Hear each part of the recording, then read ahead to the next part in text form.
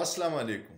نن د سپریم کورټ نه یو ډیره اهم فیصله رااله کوم چې د سیاستدانانو د تحیات نااهلي وه. عجیبه خبره دا ده چې دا هم د دې سپریم کورټ معزز ججانو دا فیصله کړې وه چې نواز شریف او جهانګیر ترین چې کم غلاګانې کړي دي په هغې کې دوی تحیات نااهل شو او اوس هغې سپریم کورټ معزز ججانو دغه فیصله معطل کړه. اوس عوام په دې نه پوهیږي چې هغه ججان ټیک یا غلط یا دا ججان ټیک دي یا غلط دي. دا په آئین کې یو آرټیکل دی 62(1)F د هغې په تحت د دوی مستقل نااهله کړي. خو د قاضي صاحب چې نن فیصله وکړه نو د دې یو دی لایسنس ورکو سیاستدانانو له چې څومره لوټ مار کولی شي هغه وکړي خپل بچو له په لندن امریکا، فرانس، ایټلی، جرمني کې او دوبۍ کې جایدادونه جوړ کې او بیا 15 کاله به مو صرف نااهله کو بیا راشه بیا چې الیکشن وکړي بیا دا لوټ مار شروع کې. د قاضي صاحب او د نواز شریف کیس یو شانت دی. تاسو ته کو یادي د قاضي فایز عیسی کور والا چې دا سرینا عیسی د هغې 3 فلیټونه په لندن کې او هغې په سپریم کورټ کې په دغه کیس کې دا جواب جمع نه کړی شو چې دا پیسې ما کوم ځای ګټلې وي، دا پیسې لندن ته څنګه تللې وي او فلیټونه ما څنګه اخیستي. دغه سیم کیس د نواز شریف دی چې د ایون فیلډ په کیسونو کې چې کوم فلیټس دي چې دا پیسې مو څنګه ګټلې وي، آیا په دې مو ټیکس ورکړی دا لندن ته څنګه رسېدلې وي او په دې نو د دواړو غم یو دی. نو قاضي صاحب چې کوم دا فیصله وکړه د هغوی په سربراهۍ کې محترم ججانو اوس دا نه پوهیږو چې هغه د دې نه مخکې ججان صحیح کو دوی صحیح دي.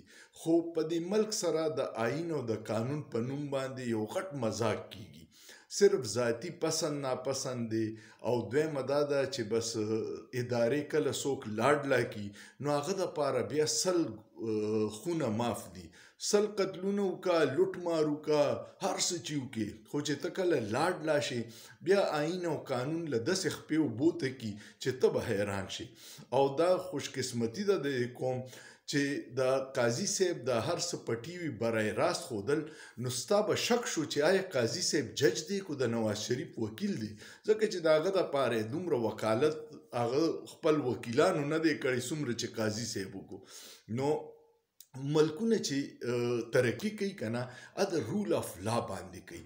چې کومو ملکونو کې رول آف لا نه رسول د خدای ویلي چې کو چې زما بیبي فاطمه هم غلا وکړي نو هغې نه به هم لاس کټ کېږي، هغسې سلوک به یې کوم چې د یو عام مجرم شدري. خو پاکستان کې نوم اسلامیه جمهوریه پاکستان دی خو هغسې نه ده. د غریب دپاره سزاګانې ډېرې سختې دي او د امیر دپاره نشته. دویمه خبره دا ده چې جج صاحب په دې کیس کې دا هم ویلي چې د دې مسلې حل په اسلامي طریقه کې دی چې د توبې لاره ده چې توبه وباسي نو بیا ورته هر څه معاف سي. نو په پاکستان په جیلونو کې 88,000 قیدیان دي، کو دا ټول توبه وباسي نو آیا د نواز شریف په شانتې به یې معاف کړي، نااهلیانې به یې ختمې کړي. نو دغه دوی هسې سترګې تورول وکړه.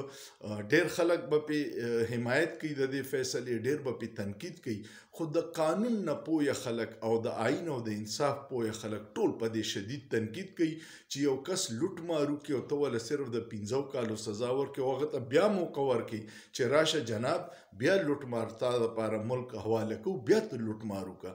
نو ډېر د افسوس خبره ده خو پاکستان دی، دلته هر څه ممکنه دي. دلته داسې ناشنا به واورئ چې تا به په دنیا په 200 ملکونو کې نه یې اورېدلې. هغه کارونه پاکستان کې کېدي. الله دې زموږ په دې ګلې ګلزار ملک باندې رحم وکړي، ځکه چې ملکونه تباه کېږي صرف د بې انصافۍ د لاسه. د کرپشن د لاسه به دومره تباه نه شي څومره چې بې انصافۍ د لاسه تباه کېږي. نو الله دې زموږ په ملک باندې رحم وکړي. عوام ډېر بې بسه دي، مافیا ډېره مضبوطه ده او د مافیا سهولتکارۍ دپاره هر اداره لاس په نامه ولاړه ده. سوچ پې وکړئ، په سوچ کې څه ګناه نشته.